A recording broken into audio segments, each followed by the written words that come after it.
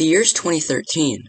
The Mets are in the middle of a long stretch of mediocre seasons and still 2 years ahead of their unlikely 2015 World Series run.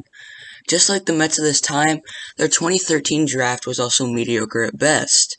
The whole Mets draft would only produce 2 Major League players, both of them on the team right now. One of them is a shortstop out of high school named Luis Guillorme. Guillorme has made a solid career for himself, but he has always been known more for his glove than his bat.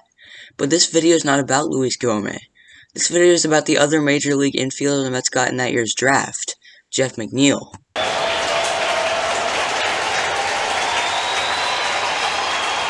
And he lines one to center field. Margot will play it on a hop, and McNeil has a base hit on the first pitch he sees in the Major Leagues. The Mets drafted Jeff McNeil all the way back in the 13th round of the 2013 draft with the 396th overall pick.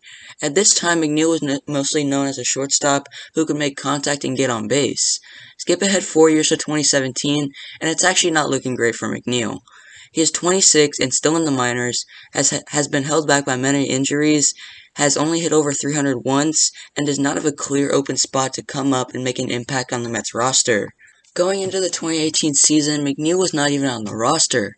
He started the season in AAA and was actually really good, hitting .342 with a .411 on base percentage, but there was still no clear spot for him on the roster. It was beginning to look like McNeil would end up like many draft picks do, just a minor league journeyman. And finally, there was a spot for McNeil to play, and he made the most of it. In 63 games for the Mets in 2018, after Asdrubal Cabrera was traded, the Mets brought him up, and he hit .329 with a .381 on base percentage, an .852 OPS, and a .138 OPS plus. Granted, it was a pretty small sample size, but in his rookie season, he was 38% better than the average Major League hitter. He even placed 6th in Rookie of the Year voting while only playing in 63 games. Imagine if he played the whole season. In his first full season with the Mets in 2019, McNeil got selected as an All-Star, hit .318 with a .384 on base percentage. He had a .143 OPS plus and an insane .916 OPS. But he also improved in something else: power. In his first 6 seasons in professional baseball, McNeil hit 28 home runs combined, and in just 2019 alone he hit 23. He was looking like one of the best second basemen in baseball, and it was not close. 2020 was much the same for McNeil, despite the shortened 60-game season, and nobody could have expected the regression that McNeil showed in 2021. 3-2 with Alonso on deck. And he takes on the inside corner, flings his bat in anger. It's hard to explain, but in 2021, Jeff McNeil changed.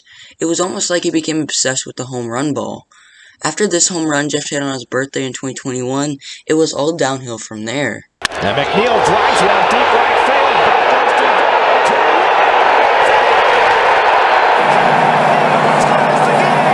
His first hit of the year is a game-time home run. McNeil started to have an uppercut swing, and for a guy that lives off of singles and getting it on base, an uppercut does nothing good. In 2021, McNeil hit just .251, which was a whole 60 percentage points down from his previous season low. His on-base percentage also tanked to a below-average .319. His OPS, OPS plus, and hits were also all career lows, and it was not looking good for McNeil. He, along with other Mets, saw a major division lead slip right through their fingers, and they got in fights because of it. It was reported that in August of 2021, Francisco Lindor and Jeff McNeil got into a fight in the clubhouse because they miscommunicated on a ground ball. And the worst part is, they tried covering it up with one of the weirdest stories I've ever heard. It was funny because I told him, I was like, hey, I'd never seen a New York rat. So we went down sprinting.